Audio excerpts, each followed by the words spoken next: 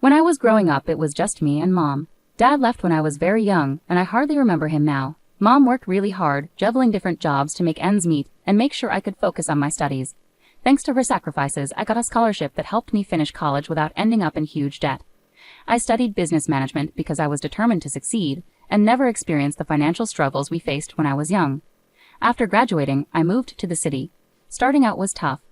I lived in a small apartment and often had to eat cheap meals like ramen. But I landed a job at a big company, starting at the bottom and working my way up. Within a few years, I wasn't just an employee there. I was in charge of a whole department. It was more than just a job to me, it was my territory. I made sure everyone I worked with felt respected and valued. During training sessions for new employees, I always emphasized the importance of respect and taking ownership of their work. I encouraged them to treat their job like it was their own business, knowing that this mindset would lead them to leadership roles in the future.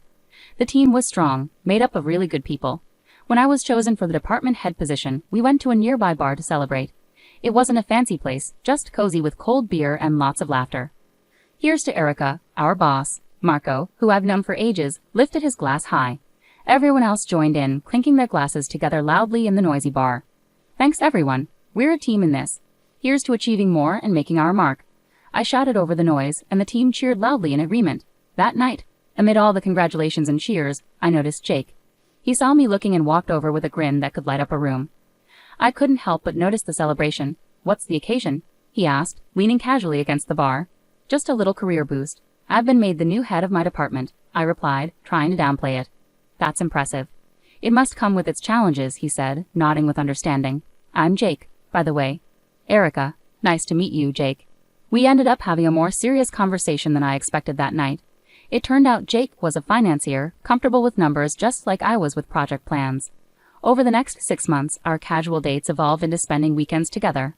Before long, I found myself at his place more often than mine. His apartment was amazing, tall ceilings, a stunning view of the city, and a warmth that my own shabby rental couldn't match. One evening, while we were gazing at the city lights from his balcony, Jake turned to me with a serious expression on his usually playful face. He took my hands in his, and I could feel the nervous energy pulsing through them. Erica, these past months with you have been the best of my life. I know this might seem fast, but sometimes you just know, right? Jake began, his voice filled with certainty and hope. I nodded, feeling my heart race as the city lights blurred around us. He reached into his jacket and pulled out a small box, opening it to reveal a ring that sparkled brilliantly in the light, almost as much as his eyes. Will you marry me, Erica? Yes, Jake. Absolutely yes, I managed, my voice thick with emotion. And just like that, I was engaged, to a man who truly saw me and loved every part of me, even the tough ones. On the day I was supposed to meet Jake's parents, my stomach churned with nerves as Jake drove us up to a sprawling mansion with a driveway longer than my entire apartment building. It struck me, these people weren't just well off, they were incredibly wealthy. Stepping out of the car, I felt the weight of the place. The house resembled something from an old British movie, all brick and ivy, with gargoyles staring down as if they knew I didn't belong. Jake squeezed my hand as we approached the massive oak doors. You'll be fine, Erica, he whispered, though his voice seemed more for his reassurance than mine. The doors swung open, revealing Mr. and Mrs. Hargrove. His suit looked more expensive than my monthly rent, and her dress could have graced the pages of a fashion magazine. The foyer was enormous, with a chandelier sparkling like a starry sky. Portraits of serious-looking people with titles like Sir and Lady lined the walls. Erica, lovely to finally meet you. I'm Charles, and this is my wife, Eleanor. Mr. Hargrove greeted us, his voice smooth but distant, tinged with a practiced English accent. Mrs. Hargrove smiled politely, though it didn't reach her eyes. Pleased to meet you both. I managed a polite greeting, trying to keep my voice steady as we moved into the dining room. Jake whispered quick tips about which fork to use, but my mind was a jumble. Dinner felt like sitting in a freezer with an icy atmosphere thick with judgment. Mr. Hargrove gestured towards a portrait of a stern-looking man with a thick beard. That's Sir Reginald Hargrove, a direct ancestor from England. He came over in the 1800s to establish our family here, Mr. Hargrove explained proudly. Very impressive, I replied, trying to sound enthusiastic. But it was hard to focus on eating when I felt every move was under scrutiny. When I mistakenly reached for what I thought was the salad fork, the awkward silence that followed made it clear I had made a mistake. I looked to Jake for help, but before he could say anything, Mrs. Hargrove's sharp voice cut through. Perhaps things are done differently where you come from, dear, she remarked, each word precise and cutting. Sorry, I'm still learning, I muttered, feeling my cheeks burn. Jake tried to divert attention by sharing a story about us, but his parents seemed more interested in observing my struggle with the dessert spoon that followed. With each course, I felt smaller under their scrutinizing gazes. After the chilly dinner, we moved into the Hargroves' grand living room. The plush carpets and heavy curtains made the room feel even more stifling than the dining hall. Sinking into one of the ornate chairs, I felt like I was on display, an outsider in this lavish setting. Mrs. Hargrove, sitting gracefully on the edge of her seat, leaned forward. "Erica, dear, tell us about your family. Your upbringing must have been quite different from ours." I paused, feeling Jake's tense gaze on me. Well, it was mostly just me and my mom. My dad left when I was really young, and I don't remember much about him. My mom worked hard to raise me on her own. She's a nurse. The room fell silent, heavy with tension. Mrs. Hargrove suddenly stood up, her chair scraping loudly against the floor. "This is unacceptable," she declared, her voice dripping with disdain. "We come from a long line of English heritage with standards and traditions. I cannot, and will not, allow my only son to marry someone without pedigree or knowledge of her own lineage." Mr. Hargrove, who had been quietly observing, finally spoke. His words were measured and cutting. "It's crucial for us that our family connections are strong and well documented. Erica, can you even name your great-grandparents?" I felt my cheeks burn with embarrassment. "I only know about my maternal grandparents," I admitted quietly. Mr. Hargrove rolled his eyes, showing clear contempt. "This is exactly what we feared," Mr. Hargrove muttered under his breath. Jake stepped in, his tone firm yet pleading. "Mom, Dad, please. Erica is kind, hardworking, and she loves me. Isn't that what should matter?" His mother's gaze remained unyielding. "Respect and adherence to our family standards are what matter, Jacob. If Erica is to be part of this family, she must embrace our ways. She needs to respect her own background, even if it lacks significance." Their words cut through the warmth of the earlier evening. Jake looked at me, silently urging me to agree. Reluctantly, I nodded, accepting their conditions. "Fine," I replied, trying to steady my voice. "I will learn about your family and your traditions." Mrs. Hargrove appeared somewhat satisfied with my agreement. "Good. You'll begin by familiarizing yourself with our family tree and learning about each person in those portraits. It's not just about names, Erica. It's about showing respect for our lineage." As they discussed their expectations, a part of me felt deflated. What started as a simple meeting had turned into a daunting challenge. I had agreed to their demands, but at what cost? As the conversation filled with talk of ancestors and noble deeds, I couldn't shake the feeling of alienation, not just from these people, but also from the parts of Jake's life that were so closely tied to them. The weeks that followed that tense dinner were a whirlwind. Balancing my day job with a series of etiquette and style classes, as insisted upon by Mr. and Mrs. Hargrove, left me exhausted. My days began early with the buzz of an alarm and ended late into the night, leaving me feeling drained and disconnected. "Elbows off the table, Erica," the etiquette instructor gently chided during our session. "And remember, the soup spoon moves away from you when you scoop." I nodded, trying to follow her instructions, but my mind was elsewhere, juggling between the workload waiting for me at the office and the endless wedding plans. "You're doing fine," she reassured me, her voice calming. "These things take time to get used to." I managed a weak smile. "Thanks. It's just a lot to take in." Right on cue, my phone rang. It was Mom. I excused myself and stepped outside to take the call, searching for a quiet corner in the busy city. "Hi, Mom," I greeted, my voice sounding more tired than I meant it to. "Erica, darling, how are the wedding preparations going?" Mom's voice carried excitement, tinged with a hint of concern. I paused briefly, not wanting to worry her. "It's going well. Learning a lot. Just picked up how to waltz," I replied, trying to sound upbeat. There was a moment of silence, and I sensed her skepticism. "You sound tired, sweetheart. Are you taking care of yourself? This shouldn't be so overwhelming. Remember to prioritize your well-being." I chuckled softly. "I'll do my best, Mom, but it's a lot to manage right now. Etiquette classes, dance lessons, work, and planning.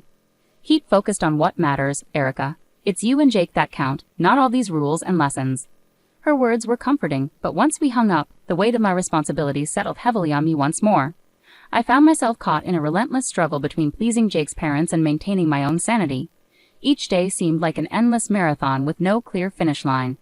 Back in the etiquette training, the instructor's voice became a monotonous backdrop as I practiced the correct way to hold a wine glass.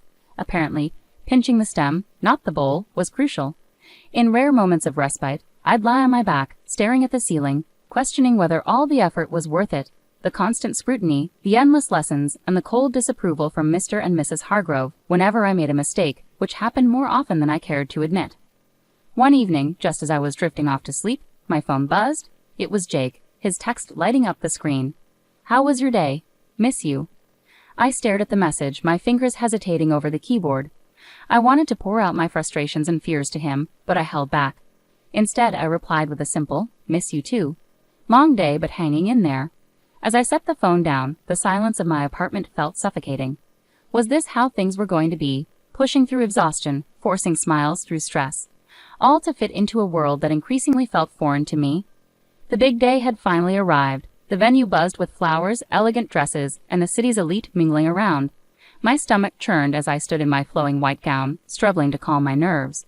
My mom came over, gently adjusting a stray curl on my forehead.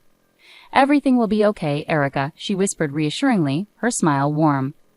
I wanted to believe her, but as the ceremony began, any hope of a peaceful wedding quickly faded. Jake's parents exuded an air of superiority. Mr. Hargrove greeted guests with self-importance, and Mrs. Hargrove made sure everyone knew how they had made the wedding happen. As guests settled in, I attempted to mingle, but Mrs. Hargrove intercepted me with a chilly smile. "Erica, dear, ensure our guests are looked after. Fetch some drinks, please," she instructed, gesturing towards a group of elderly gentlemen engaged in a loud political discussion. "But," I started, only to be silenced by her stern gaze. "No buts. You're practically family now. Show some initiative," she snapped sharply. Reluctantly, I began carrying trays of champagne and hors d'oeuvres between tables, my wedding dress trailing behind me. The weight of the fabric and the menial task made me feel more like a servant than a bride. I caught glimpses of Jake laughing and chatting, seemingly oblivious to my discomfort. As I passed another round of drinks, I heard Mrs. Hargrove's voice rise above the chatter. "Erica will be serving us tonight. It's good practice for her, don't you think?" Her tone dripped with condescension as she scanned the crowd for approval. That was it. I couldn't take it anymore. I approached her, my hands trembling slightly but my voice steady. "I am not a waitress at my own wedding. There are staff here who are supposed to do this." Mrs. Hargrove stood up, her expression feigning surprise. "You should be grateful we allowed someone of your background into our family. Remember your place, Erica," she hissed, her words cutting like knives. Anger flared within me, and I felt my cheeks burn. "This is my wedding, not a show for your friends," I shot back, my voice carrying more volume than I had intended. The room fell silent, all eyes now fixed on us. Jake, catching the tail end of our exchange, stumbled over, a glass of champagne in hand. "What's going on here?" He slurred slightly, his gaze unfocused. "Your mother is treating me like a servant at our wedding, Jake. This isn't what today is supposed to be about," I said, frustration bubbling up. Jake blinked, looking between me and his mother, his brow furrowing. "Erica, why are you causing a scene? Just do what my mom asks. It's not a big deal." "Not a big deal. Jake, this is our day and your mom is ruining it," I protested, hurt and disbelief mixing in my voice. He took a long sip of champagne before responding, his tone indifferent. "Look, Erica, you should be grateful I chose you. There were plenty of girls better than you, prettier, richer. You're making a fuss over nothing." The words hit me like a physical blow. I stepped back, stunned by the realization. The man I loved, the man I was about to marry, didn't see us as equals. To him, I was merely a piece to fit into his family's expectations. Clutching my bouquet tightly, on the verge of breaking down, my mom approached. She took one look at me and enveloped me in her arms, holding me in a comforting embrace that seemed to shield me from everything. "Honey, do you truly love him? Do you really want this marriage?" she whispered, her voice tinged with concern. I shook my head, my voice barely audible. "No, Mom, I can't go through with this. I don't want to." Mom nodded, her expression determined as she gently took the bouquet from my trembling hands and guided me to a chair, her touch comforting. With unexpected resolve, she walked over to the DJ, requested the microphone, and turned to address the assembled guests. "Ladies and gentlemen, may I have your attention, please?" Her voice, steady and clear, cut through the low hum of conversation, capturing everyone's focus. A silence fell, anticipation thick in the air. She took a deep breath and directed her gaze squarely at Mr. and Mrs. Hargrove. "I have something important to share about truth and appearances," she began firmly. "I attended school with Charles and Eleanor Hargrove. Back then, they didn't speak with an English accent or boast noble lineage. Their families were hardworking people, much like ours." A murmur spread through the crowd. Charles's father was a mechanic and Eleanor's mother worked at the local diner. Mom continued, her words ringing out clearly. She paused, allowing the weight of her revelation to settle. The portraits, the accents, the family name, they were all purchased to create a past that would conceal their true origins. The room erupted into whispers, guests turning to stare at the Hargroves with expressions of shock and disbelief. Mrs. Hargrove stood up, her face flushed red, the facade of aristocracy crumbling before everyone's eyes. That's absurd. She began defensively. But my mom wasn't done. To think you would stand on these fabrications and judge my daughter's worth based on a lie. Erica is worth more than all your false titles combined. She is genuine, something you seem to have forgotten how to be. The guests openly murmured now, their curiosity turning into disdain as they looked at the Hargroves. Mr. Hargrove attempted to respond, his accent slipping from refined to more desperate. We did what we believed was necessary. For whom? My mom interjected, her voice fierce. For your son? For society? Or just to satisfy your own shallow pride? The confrontation had captivated everyone's attention, and now the room buzzed with tension and revelations. The Hargroves appeared diminished, their grand facade crumbling to reveal the stark truth of their humble origins. Jake's face twisted with a mixture of shock and anger. He stormed up to me, his voice barely contained as he leaned in close. You've ruined everything, Erica. You've disgraced my family, and now you're questioning if I still want to marry you after this spectacle. His words cut deep, but before I could respond, he grabbed my arm forcefully, pulling me closer. I'll teach you how to be a good wife, one who knows her place and obeys. His threat hung in the air, chilling and weighty. Summoning all my strength, I wrenched my arm free and stepped back from him. The room fell silent, every eye fixed on us. This was the man I had planned to marry. This was the family I was supposed to join. No, this couldn't be my reality. Drawing a deep breath, I channeled my mother's earlier resolve. There will be no wedding, I declared loudly, ensuring every guest heard. I regret ever considering marrying someone who embodies the arrogance and deceit of his parents. Murmurs filled the room, a mix of shock and support echoing through the crowd. Jake stood frozen, his mouth gaping as if trying to undo my words. Beside me, my mother provided a steady presence, shielding me from the chaos. Together we walked through the guests, heads held high. In the weeks that followed, news of the Hargroves' deception spread rapidly through the city. Their fabricated lineage and lofty social status crumbled like a house of cards. Once admired figures became pariahs, avoided by those who had once sought their favor. They sold their mansion and left town, seeking a fresh start where their tarnished past wouldn't follow. As for Jake, I heard snippets. Tales of a downward spiral, nights spent drowning his sorrows in bars. I didn't delve into the details, nor did I have any desire to. He had revealed his true nature, a side too ugly and deceitful for me to ever look back on with fondness. Thank you, Mom, I said one evening as we sat in our modest living room, a stark contrast to the opulent falsehood I had almost become a part of. For everything. For being there, for standing up for me, for helping me see the truth before it was too late. She squeezed my hand gently. I'll always be here, Erica. You're my daughter, and I raised you to be strong and true. No man, no family can ever diminish that. We sat in companionable silence, the TV murmuring in the background, a comforting normalcy after the tumultuous events. I had lost a fiancé but regained my life, my dignity, and most importantly, my future. Returning to work after the wedding disaster felt like stepping into a sanctuary. My colleagues, who had heard about the chaos, were incredibly supportive. Erica, you dodged a bullet, girl, Marco remarked as soon as I entered the office. Leaning against my desk, he offered me a steaming cup of coffee, a gesture that felt like both a peace offering and a welcome-back gift. Thanks, Marco. It's good to be back, I replied, accepting the coffee and relishing its familiar bitter warmth. And yeah, that bullet was more like a cannonball. That's refreshing, Jenny added from her cubicle across the way. Anyone who makes you serve guests at your own wedding is no husband material. You deserve way better, honorable. I smiled, appreciating her support. I think so too. It's nice to be back where I'm valued for who I am, not for the family I could have married into. In the weeks that followed, the encouragement from my team remained steadfast. It was during this period of healing that I met Brian. He was a friend of a friend, down to earth with a quick smile and an easygoing demeanor that was infectious. We first connected at a casual gathering, just friends hanging out on a Saturday afternoon. Brian greeted me warmly as I arrived. Hey, you must be Erica, he said, standing up to greet me. I've heard a lot about you. All good things, I promise. Thanks, Brian. I hope they didn't exaggerate too much, I replied, trying to match his relaxed vibe. We hit it off immediately. His family was a stark contrast to the Hargroves. When I met his parents, they welcomed me warmly with genuine hugs and smiles. Erica, we're just glad Brian found someone who makes him so happy, his mom said, pulling me into a hug as soon as I stepped through their front door. It felt refreshing, just genuine warmth and acceptance. Brian and I weren't rushing anything. We were taking our time getting to know each other beyond the surface level. Back at work, my boss called me into his office one day. Erica, I just want to say we've all noticed how you've handled everything. It hasn't been easy, but you've managed to keep your performance top-notch. I nodded, curious about where this was leading. We think it's time for another promotion. You've proven you can handle just about anything, and your leadership has never wavered." Leaving his office, I felt a surge of pride. With a new relationship unfolding, a career advancing, and the respect of those I cared about, I finally felt like I belonged.